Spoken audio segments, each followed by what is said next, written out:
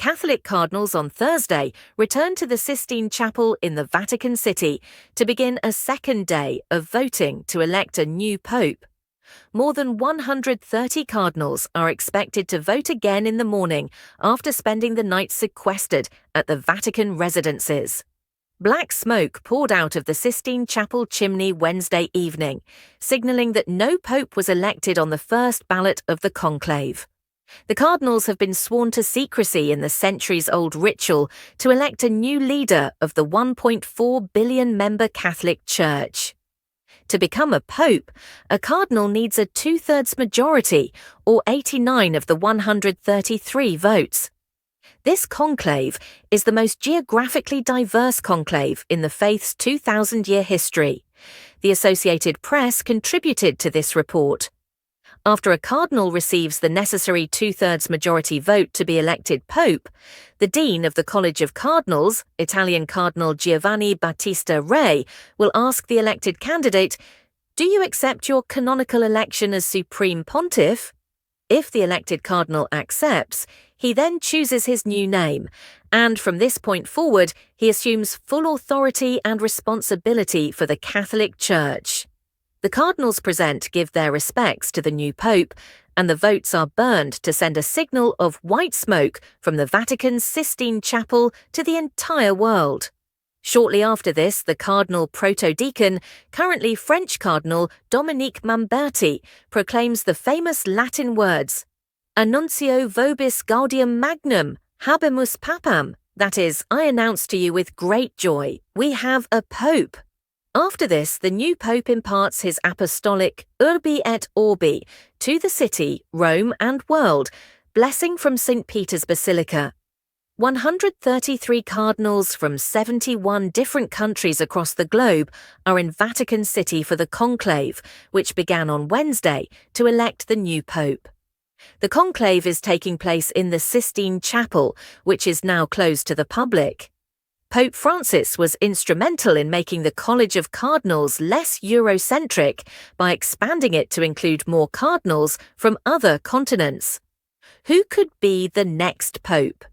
53 cardinals from Europe, 37 from the Americas, 23 from Asia, 18 from Africa, and 4 from Oceania are present at the conclave.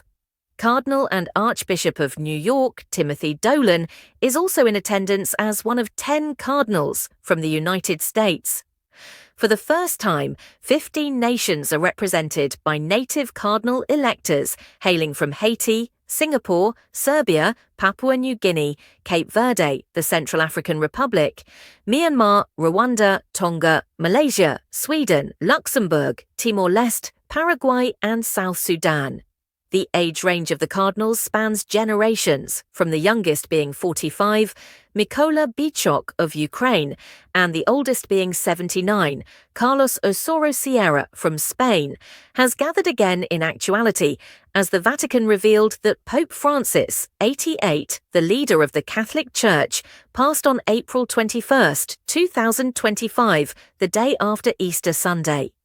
Though released in October 2024, Conclave struck a deep chord with viewers as Pope Francis's declining health was made known to the public in February 2025. The film closely follows the novel of the same name, written by author Robert Harris. "That was fairly accurate," Dennis Doyle, Professor Emeritus at the University of Dayton in Ohio, told Fox News Digital. Doyle taught at the Catholic Research University for 40 years. "There were just a few differences, like some of the Latin wasn't exact, the carpet was red in the movie and it's beige in real life," Doyle said. "The seating arrangements were done very dramatically in the movie. They're not exactly that way in real life, and even the way the voting was done was not exactly the same." Despite the creative liberties, Doyle felt the film was done very accurately. "I was surprised at how well it was done and how they were able to present the characters in a way that every character in a certain sense was sympathetic," Doyle told Fox News Digital. This is an excerpt from an article written by Fox News' Gabriele Regalbuto. UK-based betting platform Kalshi, which describes itself as the first CFTC-regulated exchange dedicated to trading on the outcome of future events, is offering favourable odds to Cardinal Pietro Parolin, according to an ex-post by Conclave.